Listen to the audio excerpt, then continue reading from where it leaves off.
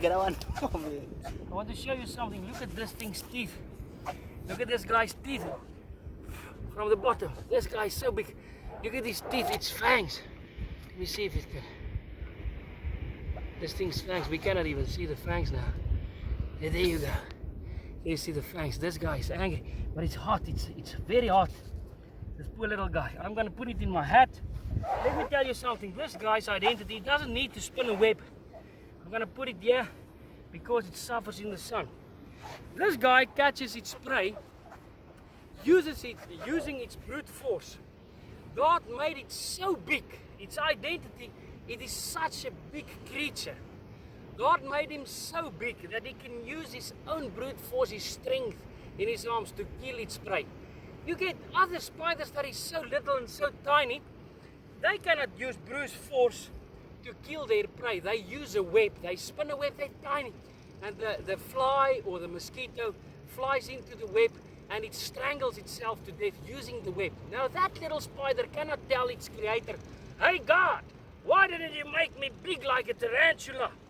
Now, it doesn't need to be big because God created it in its own identity, in its own way, you know, and it spins a web. This guy cannot spin a beautiful web pattern, you know, to catch his prey. This guy only uses its brute force and strength.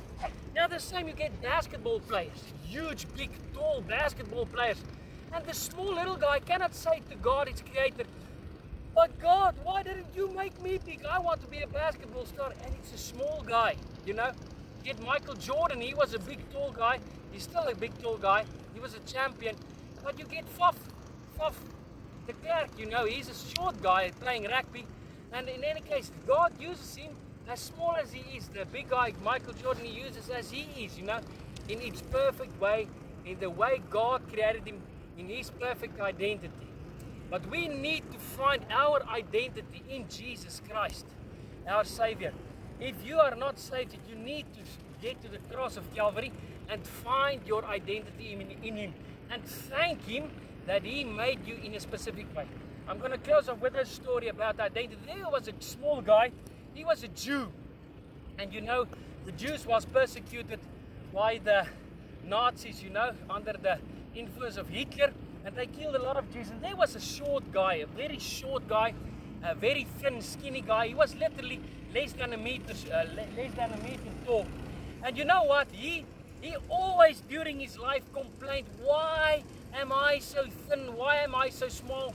Why am I, what do they call it, a midget? I think they call it midgets, ne? Why am I a midget? Why am I so small?" You know, and he always complained. And one day, he was caught by Nazi people. He and a lot of his family and other friends was caught, and they were put in a container that they were going to put gas in.